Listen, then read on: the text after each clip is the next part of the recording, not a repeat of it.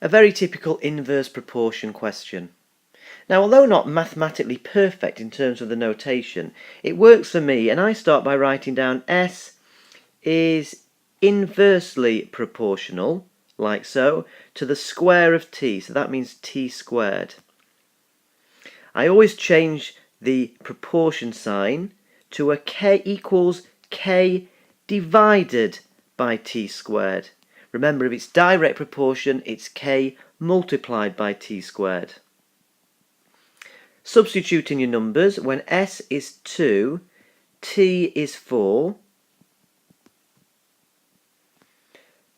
Let's just sort out 4 squared as 16.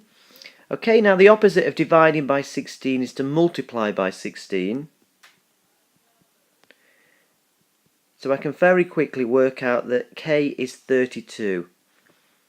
Don't make the mistake and think that k is 8. Think very carefully about how to solve that equation. I always get my k value and put it back into line 2. I now know that s equals 32 divided by t squared. That's my formula that I'll now use to answer the rest of the question. The question says calculate the value of s when t is 8. Well, s is 32 divided by 8 squared. Now 8 squared is 64, and 32 divided by 64 is 0.5. Have a go at this question. Very similar, but with a slight twist on part B.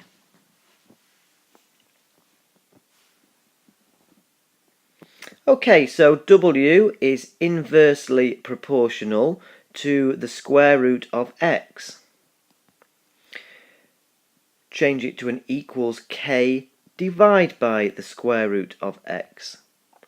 Substitute in your numbers. When w is 2, x is 25. The square root of 25 is 5.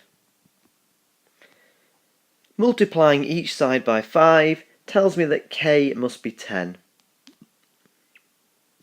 Remember, at this point, always put your k value back into line 2 to get your final, very valuable, important equation. W equals 10 divided by the square root of x. Okay. Now find the value of w when x is 100. So w is 10 divided by the square root of 100, because that's what x is. Square root of 100 is 10, and 10 divided by 10 is 1. W would be 1.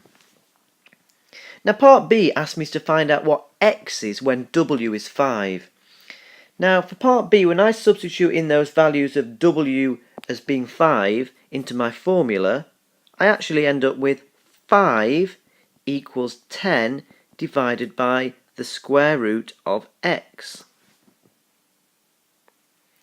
Well, lots of ways to solve this equation, but I know that 5 is equal to 10 divided by 2, so I know that this has got to have a value of 2. I know that root x has got to be equal to 2. The square root of what number is 2? X has got to be 4.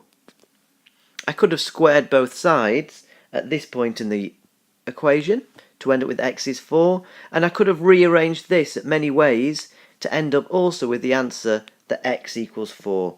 But x equals 4 is my final answer.